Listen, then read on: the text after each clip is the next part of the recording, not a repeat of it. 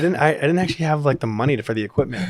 Yeah. And I didn't even know. So I was like, I would come here during the daytime and like no one was in the club, obviously at 3 p.m. So I would just come in, plug in and like be working on mixes. And I'd have like friends come by and be like, this is how you do this, or this is how you do that. Hello, all, and welcome to Marsha, Marsha, Marsha, the podcast. I'm your host, Marsha Molinari, and you are here listening to the podcast that brings true and heartfelt human connection. I believe if you don't know about it, you can't care about it, and that's why we're here today. Hey, everyone, and welcome back to Marsha, Marsha, Marsha.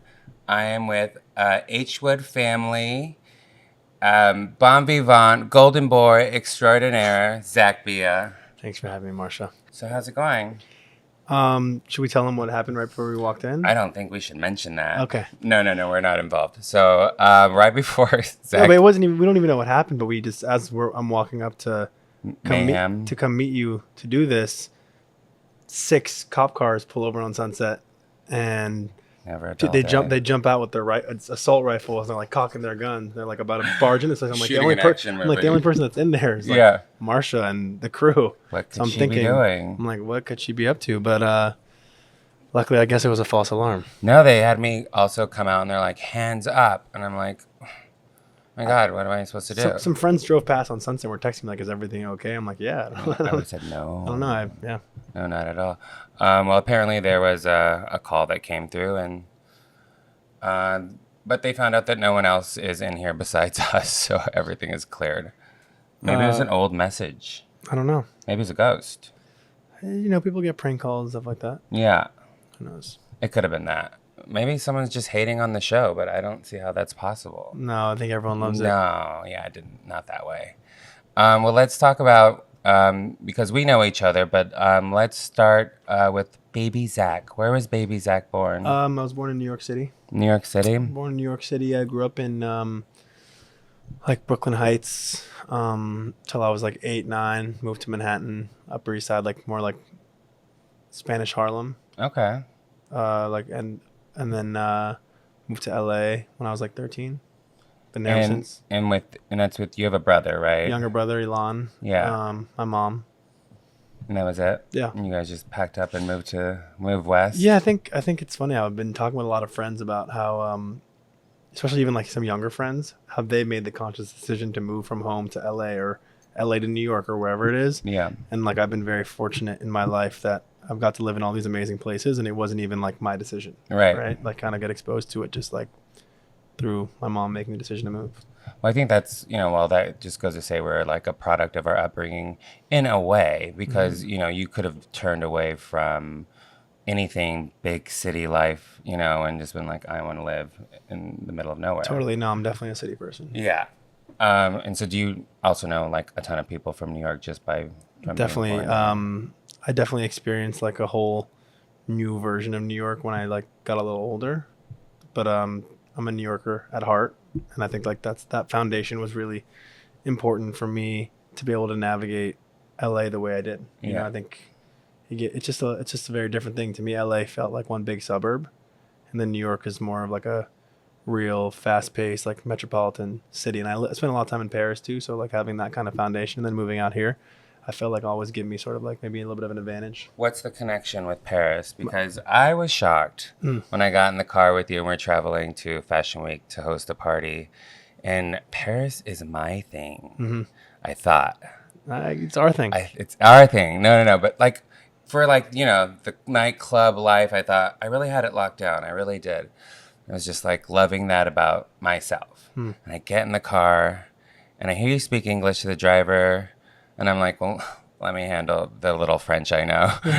And then you just went off, and I was like, who are you? I some people don't know I speak French. My mom and dad are both born and raised in Paris.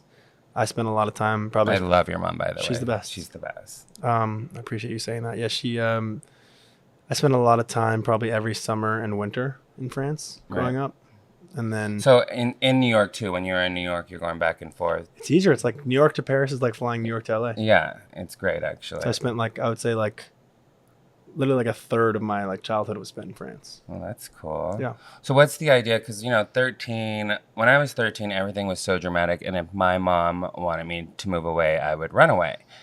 You know what I mean? Like you have your friends and your group, and like 13 is such a wild age, I think. It's such a formative age. Yeah, it's definitely a formative age. You're still growing and learning so much. I think... Were you just like, let's go? Funny enough, we were actually in France at the time.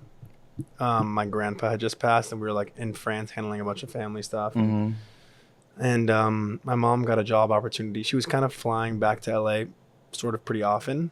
And obviously she was just, single mom raising my brother and I. So she was kind of leaving us to go handle work. Not like she wasn't there, but I'm saying she had to like leave on you weren't left alone at 5. She had to leave on some weekends and whatever. And I think some like job opportunities came up for her. And I think she was getting a little tired of New York. I think when you spent so many years there, I think she was just feeling a little drained. Well, yeah. And she wanted like a change of pace, and she had a cool opportunity that arose. And we were just in France handling stuff. And she's like, look, when we go back to New York, like everything's getting packed up. We're moving to LA.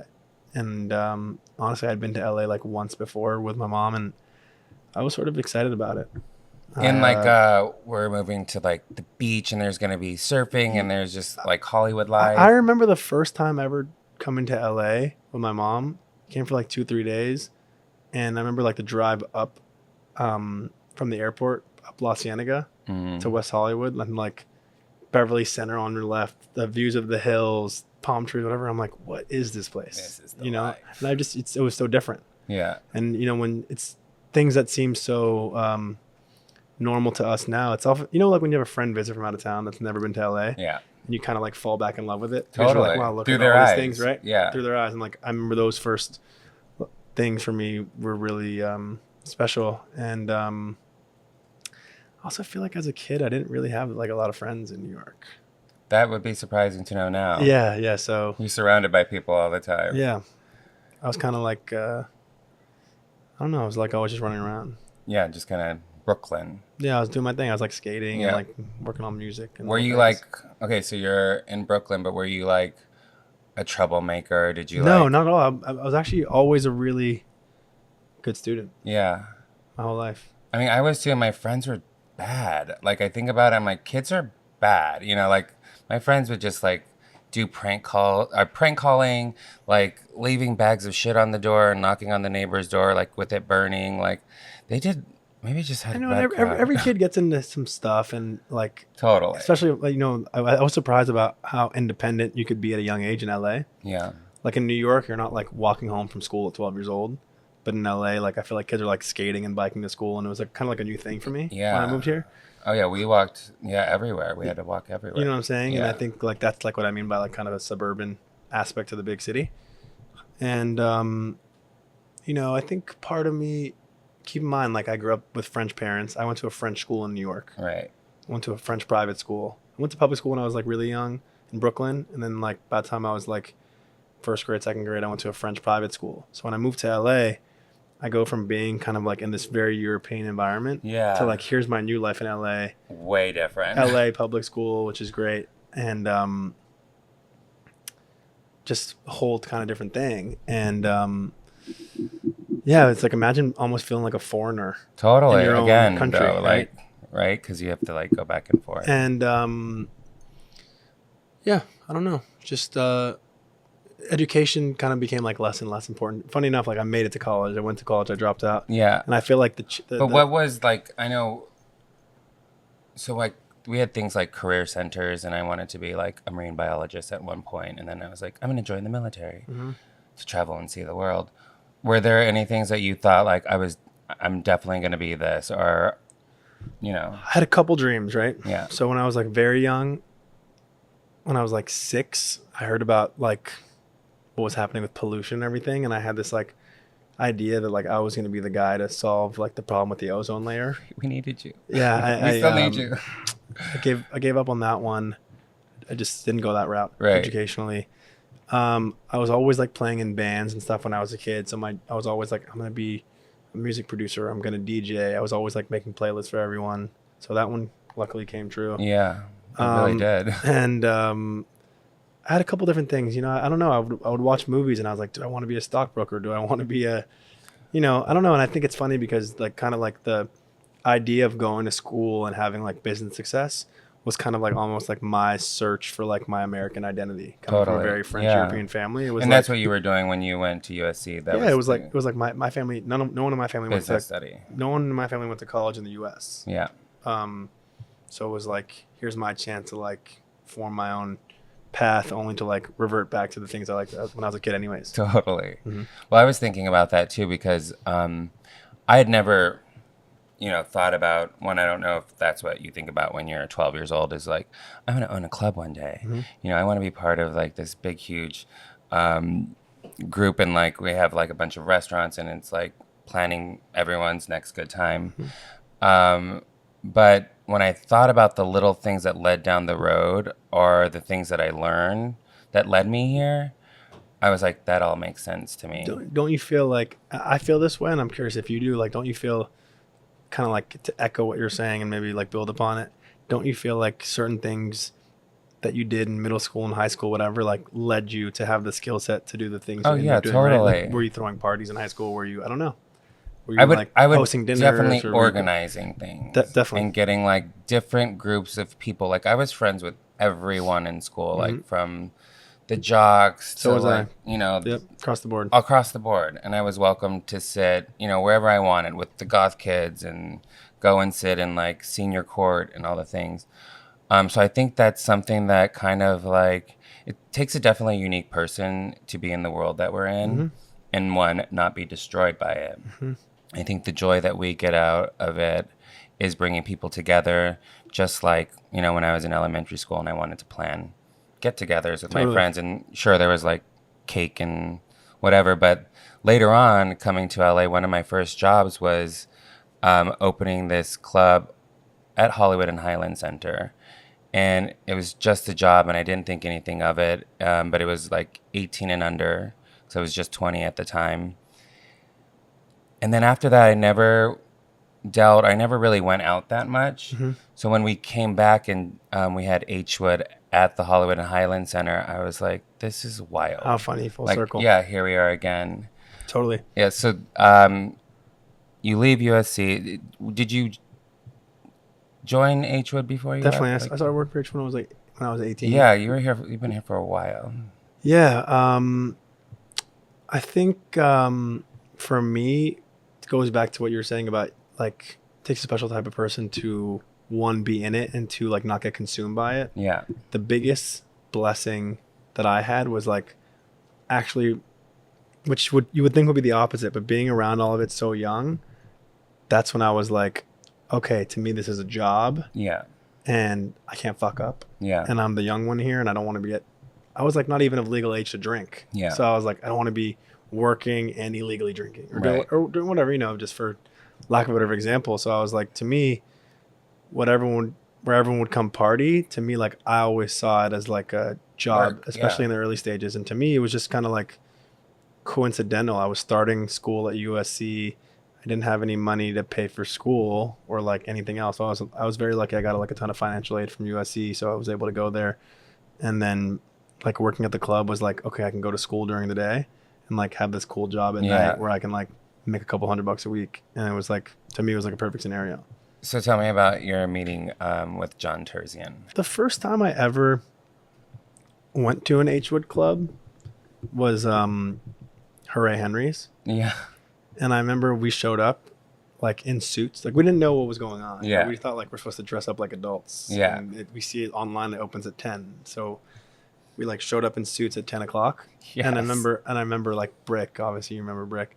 Brick was like, it's Little Terzian. It's Little Terzian. Brick's the man. First time I've ever been to the club ever. So then they're like, I'm like, who is this guy? Who do they keep calling me? Little Terzian? John Terzian is not your father. No. It's just a rumor. No, but they're like, Little Terzian. I'm like, who is it? They're like, it's the owner. And then later that night, Brian Toll walks in, and they're like, I'm like, who is that guy? They're like, that's the owner. I'm like, I look nothing like that guy.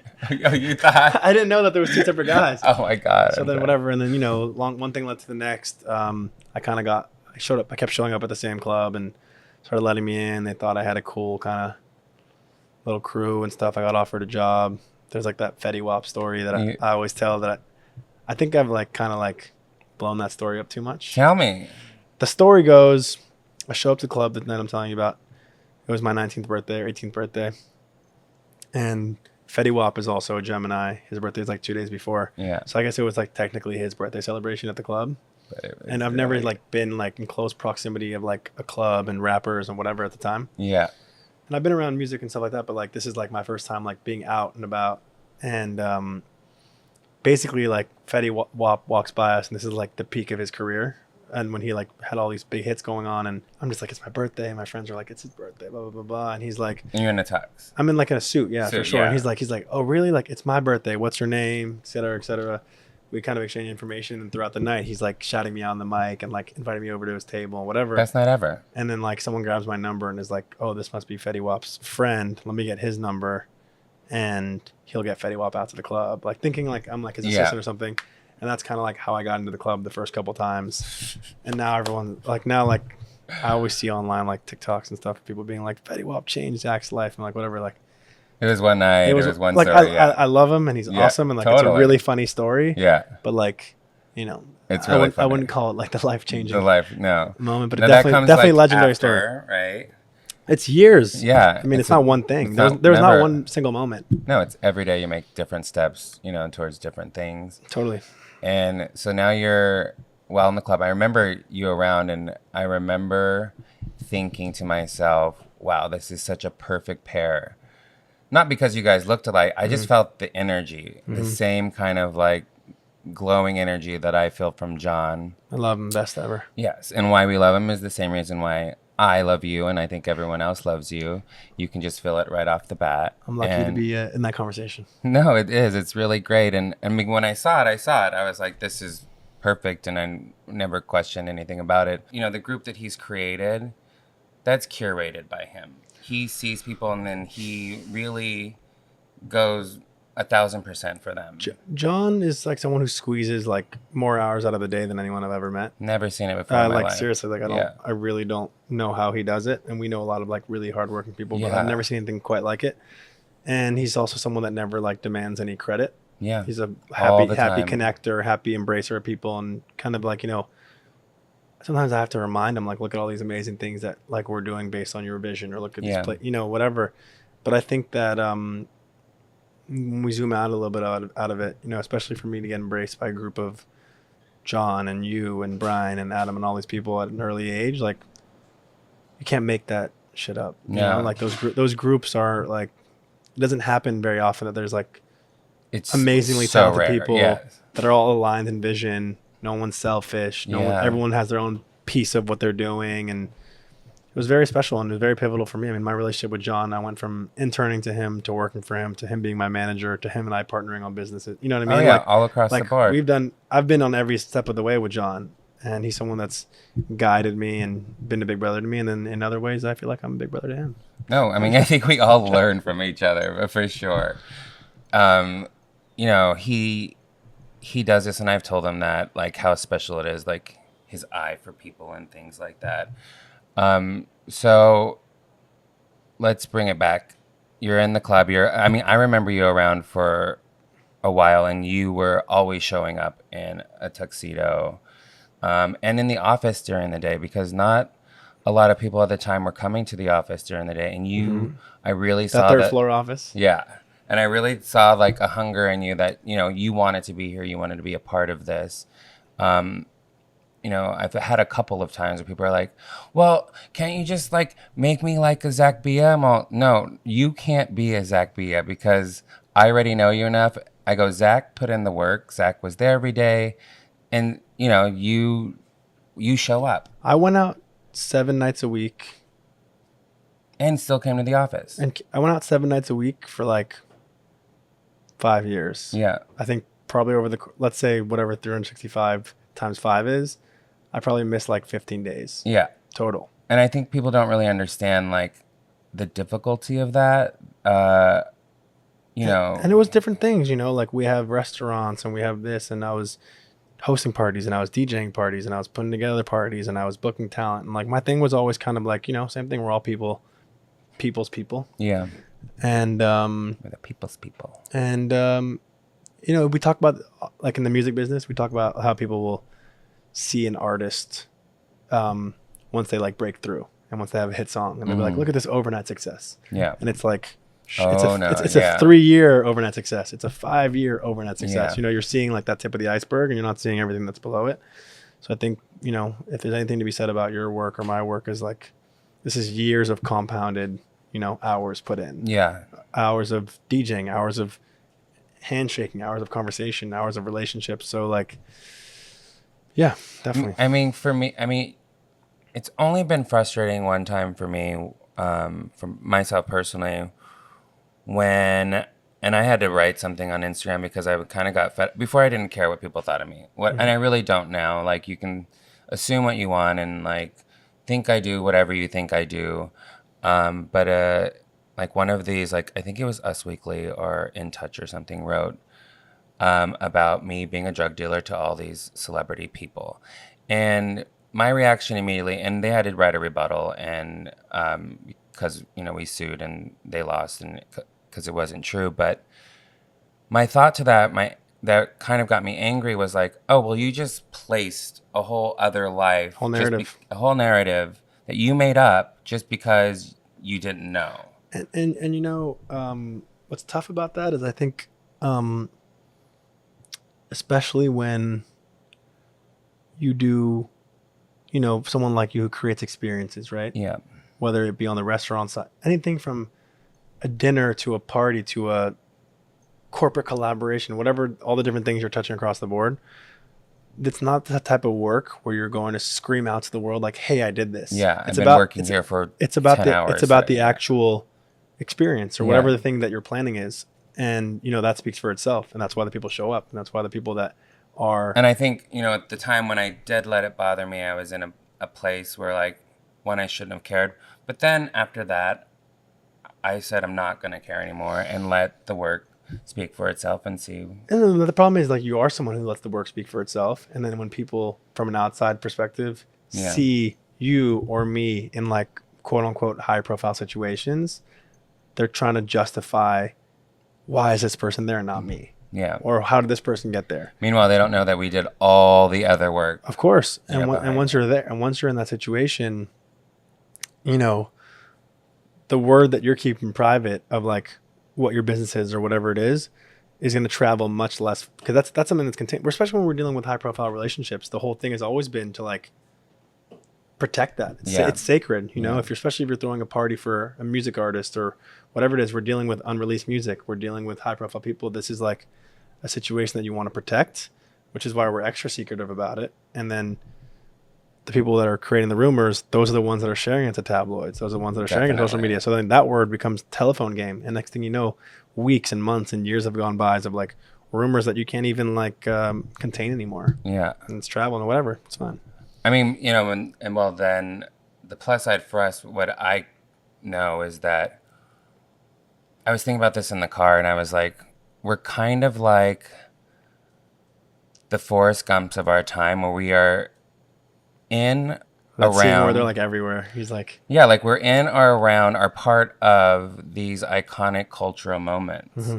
You know, I was talking to a friend the other day, and like, do you remember like, we had so at Coachella, I had in my Coachella house, it was Kylie, Kendall, Haley, mm-hmm. Jordan Woods, Mm-hmm. Selena Gomez, all sleeping over at my place, you know, when they were very young, like, you know, but they were all like very close friends. And my friend was like, don't you think that's crazy? Because now these girls are like literally the faces of everything. And it's like, Mm-hmm. you know, I remember being around Bella when she's like, I think I want a model. yeah, for sure. And then she's the model. Yeah, like, no, and I think what's also special about being able to believe in people early is like seeing the whole thing unfold. Definitely. And being a part of it. Yeah. And investing in people. You know, it's like, just even as friends, I think so many of our friends, we've come such a long way. And sometimes you don't even realize it because you've been on the journey the whole time. Right. So it's not like point A and then point B was right here. It was like, you know, gradual climb to point B. But it's like, oh my God, you know how many artists like we threw their release parties, or we like birthdays, I played their song for the first time in the club or whatever. And it's like, you look back on this kind of, it's awesome. It's total. It's a privilege. I remember, you know, speaking of playing first songs, I played I Kissed a Girl at Hyde. And I gave it to Devin Lucian. So like, how wild is that we were so close with Devin. But like, I think in my life, like in our lives, and once we find people, we keep them and cultivate those relationships and cater to them. Well, they're genuine, right? That's what it is. Yeah. Because we've known them. There's been so many, there's people we believed in before anything happened. We would have believed in them regardless of where the career went. It's just human things. You know, I have the same best friends, 12, 15 years that have always been with me. Yeah. Same. And it's just about investing your time in good people. And then all the extra stuff is just like beautiful reward. Definitely. Speaking of good people, I want to bring up your relationship with Virgil and how that came about, because I know that it was a special one.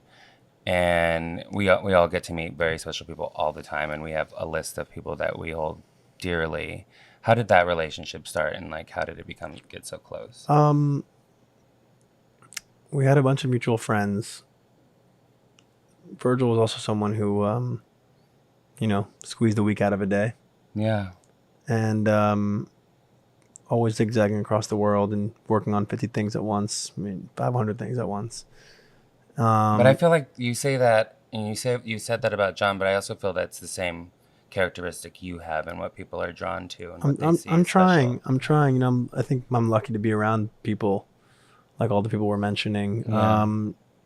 Yeah. Virgil is, definitely like my idol turned big brother I'm just very lucky to have spent any time with him at all. And we had a ton of mutual friends. And then when I was like 18, 19, it almost started as like, I've been following him on Instagram for years. I was always like a kid that was always like tapping into everything. I've been following him on Instagram for years. And then we just like he followed me back when I was like 18, 19, and he was always keeping up with what I was doing. Yes. And he keeps tabs on like, he has finger on the pulse. Oh my God. Like early on. To Virgil, like something that's like, he cares as much about the local kids skating down whatever street it is than he does about whatever the biggest company is there. And he puts them on an equal playing field, and he knows as much about both of them. Right. So like he would be keeping tabs on kind of like the parties we were throwing in LA or whatever. Oh, what's going on? Oh, this is cool. Who DJ this, or what songs got played or whatever, and always kind of keeping tabs. And then as I started to really be around like what you can call like the quote unquote cultural calendar, Art Basel, Fashion Week, Right. whatever, we'd always run into each other. And because people like Pedro, who's like one of my favorite DJs and someone who's like a brother, definitely like a big brother, to me, was like someone that was working on sound design for Virgil. And then someone like all these kind of people, we were all in the same kind of clique. And so of all the people that we knew, we were like the 10, 15 people that were always around each other and always like keeping up with each other. So then over the course of the, 5-6 years, it turned from running into each other to making plans with each other to hanging out with all, I got to spend a lot of time with him. And collaborating, I'm sure, on different things. Ideas and all kinds of stuff. That's really cool. Yeah. Anyway, well, I think that what we do is we connect. We connect everything from even planning the party, from our friends who are, running the sponsors, and with that, like I had a friend tell me, like, she's it's Katy Perry, and she's like, we need people like you, like, because in the same one room that you're curating might be the finance guy. Well, the celebrity needs the finance guy to, produce their movie, or this person needs their script to this person. And I think that we kind of do a great job, and like you said, finding those people that we believe in and putting them together. I think what made the parties I was throwing special, and what makes parties in general throughout the history of time special, is it's the only forum in which all these different people can exist in one room. Right. And it's always welcoming, I'll tell you that. Like some people aren't welcome to the boardroom, and some of these boardroom guys aren't welcome at the skate park. Right, exactly. Some of those guys or whatever, and then this creates this space where all these people can coexist. Yeah. And especially when we're like the opposite of you can't sit with us. We're like, you can sit with us. I think LA. Yeah. I think we experienced the true golden age of LA. Yeah. We're in it. I think that when I look back and look at all these, Studio 54 documentaries, all these things, and I hate to sound like crazy, but I look at those things and I'm like, we're living it. we're doing almost crazier things. No, yeah, than that. definitely. And it was a different era. Different time. And, you know, there's no social media. I have the chills because it is when you look back at those photos, you're like, kind of like, and they're so iconic and nostalgic. Yeah. And I think once we look back on this parties we've been to and parties we've thrown and parties I've DJ'd or whatever it is, you look back with a new lens of whatever is happening in 30 years, whatever new social media, whatever it is. We'll look back and be like, that era was like, I mean, part of cultural history. No doubt. In many forms. No doubt. Things that permeated from that, relationships that started in the club, pictures that exist forever, parties that that'll never be recreated, things like that. And those are really, really special times. A lot of things stemmed out of that. A lot of music was made from people that met at these places. A lot of business relationships were cultivated. A lot of lifelong friendships were made. A lot of literally iconic pictures that I see on the internet every day. I'm like, that was at our party. Yeah. We brought that together. Totally. It's such a special thing. So let's talk about, speaking of like bringing things together and starting new things and new ventures, you have a record label. Mm-hmm. Tell me about it. I mean, you know, I'm retired from parties. Only when they're like my friends' parties I go, or like I only really go to parties that I'm like DJing. The rest of the time I'm in the studio. No, yeah, I know that about you. And I haven't. Thank you for taking the time out today. Oh my God! Are you kidding? Anything for you? But the backstory. By the way, for people who don't know, like Marsha's known me since I was 18 years old. Yeah. Interning, throwing parties. I started DJing parties, and it all we've traveled kind of everywhere and done a lot of crazy stuff. So it's really nice to be talking to you about it all now. But I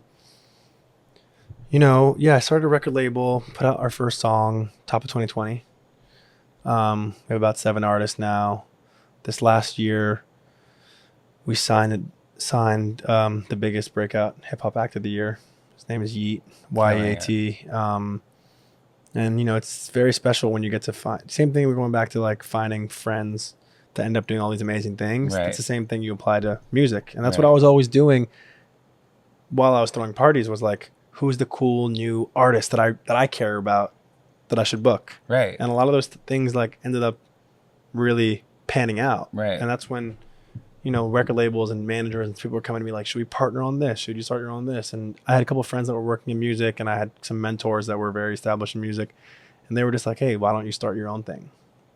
So I partnered with my friend James. He quit his job. We started the label, signed a couple amazing artists, and across kind of the spectrum, hip hop, pop stuff, kind of alternative stuff. And this year we've had 2 top 10 albums on Billboard. Wow. We've had an artist that has over 1.5 billion streams this year.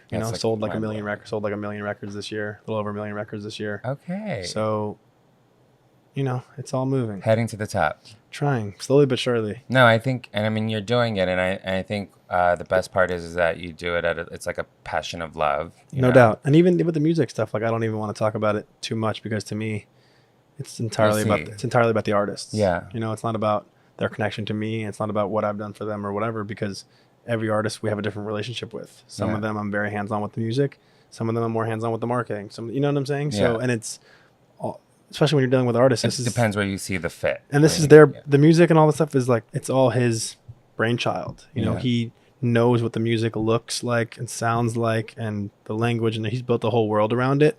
My job is just to help him do all the other things. Deliver it and fund it and market it and do all these different things. So it goes back to that same thing where like kind of taking the back seat in terms of the front page, right, and just really being there to help operate.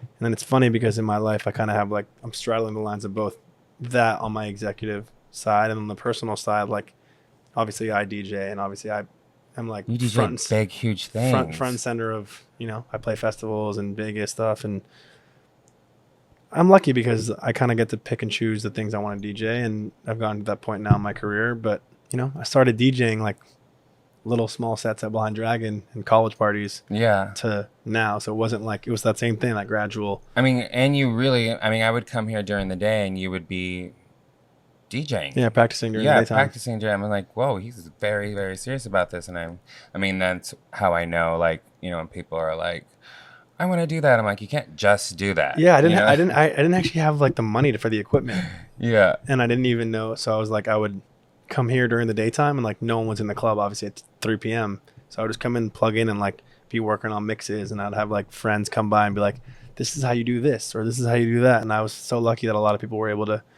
kind of invest the time into me and give me the little tidbits, and then I was able to run off with it and make my own thing out of it. You surely have made your own thing out of it, honestly, and I think it's a great thing, and I'm so happy to witness your story and be a part of it. And honestly, I can't wait for your movie. Oh my god, never. Come on, it's Never, gonna be never. great. Never, but I do have this is probably the first time I'm ever talking about it. I do have music coming out. Oh, I can't wait. Obviously not me like singing or anything, but kind of going back to what I've been always done on the music side, which is like putting records together. Yeah. I have a very clear sort of vision for collaborative songs of artists that I love and I'm friends with, and kind of like imagine taking an artist out of their traditional sound Yeah. and putting them in a new direction. And because it's not their song and it's my song, I can really like contextualize it. Like, Yeah. here, let me take this rapper and put him on a dancier song because it's my record. This is the vision. Or like take two artists that you probably would never think would collaborate, and me being that common kind of glue and fabric Right. and like create that moment. Right.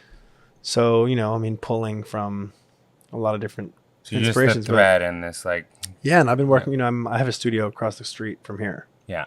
So, producing music, I bring in a ton of like different people that I think are amazingly talented in like electronic music and hip hop and whatever, and kind of like creating the frame. It's almost like think of a designer, right? Yeah. And you're the head of a design house, and you have like your design team. I'm you loving kinda it already. And you Go ahead. you create the framework of like, this is what the collection looks like. These are the colors. These are the fonts. Definitely. These are the whatever. That's the exact same thing we're doing These in are music. the fabrics. Yes. We're doing it with music. So I'm like, this is what it looks and sounds like. Here's my sounds. Here's this. Okay, let's structure it this way. And I'm kind of pulling in all these amazing brains that I like this person's sounds. And I like this person's drums. I like this person's structure. And I'm piecing together this whole thing. And I'm going in and making I think, very special records with a ton of different artists. I'm sure it's going to be, I mean, if you feel it, and that's really like kind of the purpose and drive behind it all, right?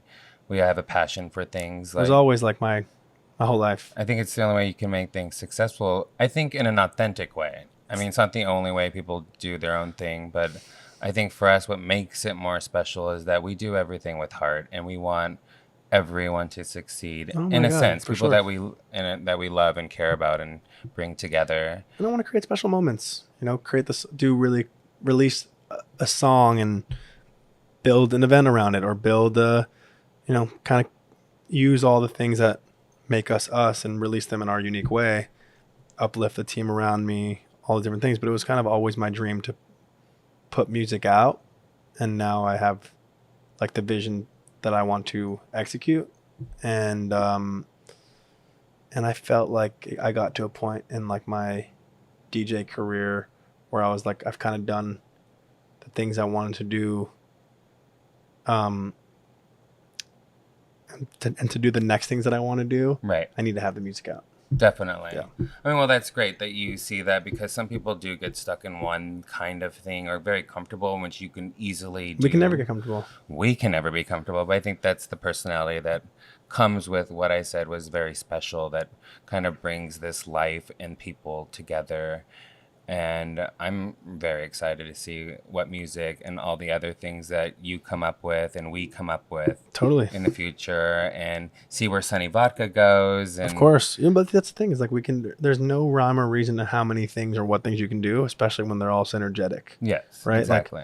Like DJing a party is conducive to releasing music. Yeah. It's conducive to, why wouldn't we have the vodka that's at the party that, you know what I'm saying? Totally. So all these things, it's not like they're random. No. It's not like it's, so they're all correlated and whatever. And I think when we look back on our lives, we'll look back and be like, we did X, Y, and Z and all these different things, but we loved all of them. Yeah. And they all kind of have like a Part of common us. thread, and they're all Yeah. part of us. So I think that's my life. And I know same for yours, is like, you look back on all these different chapters and you're like, maybe for 5 years I was doing this, and then for the next 5 years I did this, but it's just it's always constantly finding that next thing and that inspiration, and that's kind of the goal, right? Yeah, and that's how we ended up at Marsha Marsha Marsha. Totally.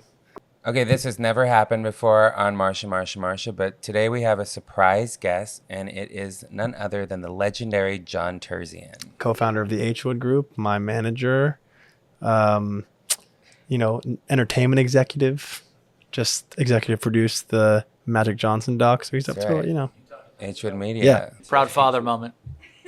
What? The rumor's true. You're Zack Bia's dad. You said no. I've been denying it. So we talked about Zack's career and his trajectory here at H.Wood and beyond. Yep. You tell us your feelings about Zack and when you met and what you see and what you see for the future. So it's interesting. So I always, since I was a USC alum and I felt that nobody helped me ever, I was always like, hey, I'm going to give back, give anyone a chance that's able to reach me from USC network, just overall, kid that's like overall kind of like myself. Because I felt that like I had a lot of great skills that no one cared about when I was younger, right? So, did you just tear up? No. I got you. So, You guys. I had met and had several, I guess you would call it interns or meetings even, or people that would work for us as promoters or DJs. And there were groups at a time, over a few years, and people would be good kids working, all of the above. Zack, I got introduced from a mutual friend who actually was like a great event promoter, kid for us, and briefly got to know Zack, and the few things that stuck out to me were he had a pretty similar background of me. He claims he was a quarterback in high school. I've never seen the arm. I missed that part. We didn't go over that. Yeah, It's true. Yeah, grew up in LA, quarterback, USC. I don't know why. I could just tell he had like the right, kind of a good vibe. Similar, different in a lot of ways, and that was it. Yeah. So, got to know him. I don't think he realized that I was watching and testing out a bunch of different interactions that he has, because I ultimately just watch everyone and see how they are with people, and just notice he was a real person and not affected by what was going on in and around him. This isn't required, but I've never done a drug in my life. I've never, I barely, I drink now a lot more, but used to never drink. Since vodka became good. And I did notice he, do you even drink? I don't even, now you do probably. But now that you ship me off to a new city every week, I have to get I comfortable. do ship him off. But basically he had that similar mindset, and so we grew to know each other more and more. And so I just saw that in him. It was kind of more of a gut, and it was more than anyone. I'll never forget, the more we got to know each other, he hid the fact that he dropped out of USC for like a year from me. Just didn't mention it. And when you told me, I flipped out. He was so livid. And I was like, you're not working for us if you don't graduate college. Like a father from the 40s. I have no idea. From the 40s. And so, it was very odd, my behavior, but I felt that he, you care. He didn't want to pull me off track. Yeah. You should meet his mom, his the greatest humans. And no, so I met his mom. His mom's amazing. I actually felt like I was doing a disservice for him. I was like, because I never passed the bar from law school, and probably my biggest regret. So I never wanted him to look back and have a regret in life. So the only thing I can give back to a kid like that, he hid it from me. I think you lied to me several times about it, by the way. I got class this afternoon. You did. You lied about it several times. I definitely was more nervous to tell you than anyone, for sure. Oh you didn't tell me. I found out. Yeah. So you got caught. There's a difference. So that was that. And then I will say I did give him a chance. I said, look, this is what we'll deal on. That's what you It want. was like a 6 month. There was like one semester off. I said, you give it 6 months, and I see you're pulling some Zuckerberg stuff with us. If there's a reason why you've dropped out, then I will agree. Because I personally and not to knock college, because I'm college educated, I think college is a ton more for network relationships and social skills than I do for like I believe in like apprenticeships and trades. I really don't care what anyone's resume is to this day. I care about who they are as a person, what their drive is, what their morals are, like just kind of all the above. And he had all of that. I just didn't want him to ever have a regret. Right. And in those 6 months, what was really cool and what I saw is, I was noticing, I was getting older.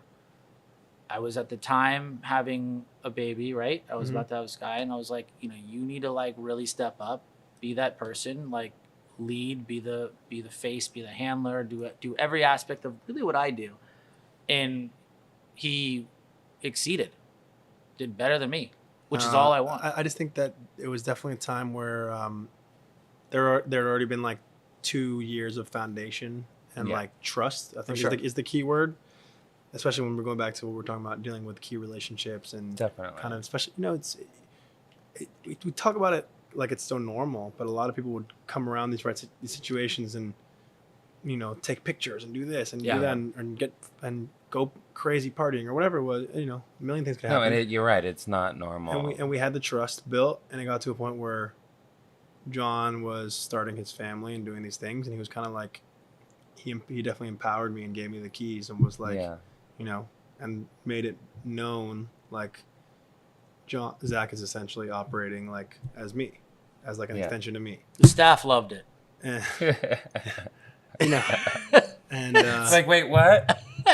And like the kid has carte blanche. Yeah, they're like, he's carte blanche, kind of like do whatever. And this is like kind of like the beginning of like the next chapter. That's major trust. Which was you don't hand those keys out lightly, honestly. And that was kind of like the beginning of the next chapter, and I was able to operate kind of like with the new tools and new role, and it was the same thing always. It was the same thing. It was like with great power comes great responsibility. It was fun. But I think that's what built, he saw rooms, he saw what he was doing, and then I think, he naturally has the skill set with music. He's got that ear and that eye, and started to play those rooms, and I'm pretty sure I convinced him to turn into talent and have us manage him.